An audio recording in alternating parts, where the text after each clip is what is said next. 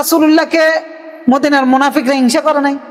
আব্দুল্লাহ ইবনে উবাই মুনাফিক সর্দার, তার সে রাসূলের বিরোধিতা বা রাসূলের পিছনে এত ষড়যন্ত্র, সব কিছুর মূলে ছিল কোনটা? হিংসা।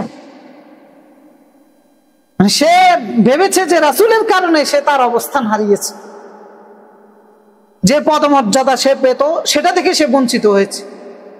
মূল কারণটা কি হিংসা নয়? হিংসা। হিংসা এটা গোপন ব্যাধি, অন্তরের ভিতরে বসবাস করে, সহজে দেখা যায় না, কাজে কর্মে প্রমাণিত হয়, মন মানসিকতার মাধ্যমে এটা আমাদেরকে আক্রান্ত করে। তো কম বেশি আমরা সবাই আক্রান্ত এটার মাধ্যমে, একবারে আলেম মূর্খ সবাই। ইবনুল কাইয়িম রাহিমাহুল্লাহকে প্রশ্ন করা হয়েছিল, তো তখন তিনি বলেছেন যে মা খালা জাসাদ আন হাসাদ, যে একটা দেহ নাই যে দেহ হিংসা থেকে মুক্ত। মানে প্রত্যেকটা দেহের মধ্যে হিংসা রয়েছে।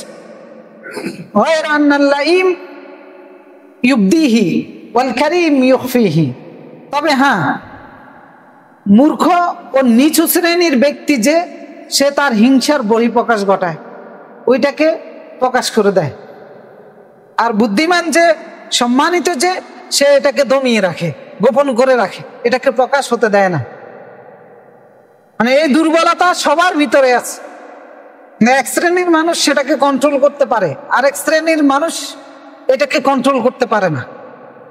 তো যারা কন্ট্রোল করতে পারে তারা সফল, কারণ এই দুর্বলতা থেকেই হাজারো অপরাধের জন্ম হয়, হাজারো অনিয়মের জন্ম হয়, হাজারো সম্পর্ক বিনষ্ট হয়।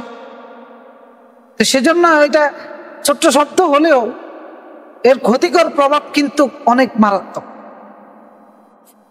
তো সেজন্য এই হিংসা থেকে দূরে থাকা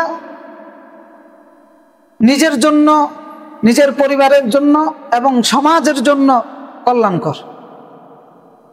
তো এই হিংসা কাকে বলে?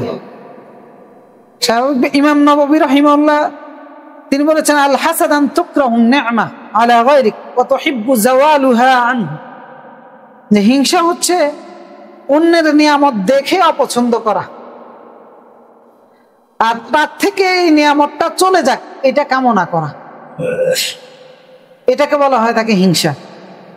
অর্থাৎ অন্যের কোনো গুণ হতে পারে, যোগ্যতা হতে পারে, অথবা অন্যের কোনো প্রাপ্তি বা অর্জন হতে পারে, অন্যের মান সম্মান হতে পারে, তার পদ পদবী হতে পারে, তার সম্পদের আধিক্যতা হতে পারে।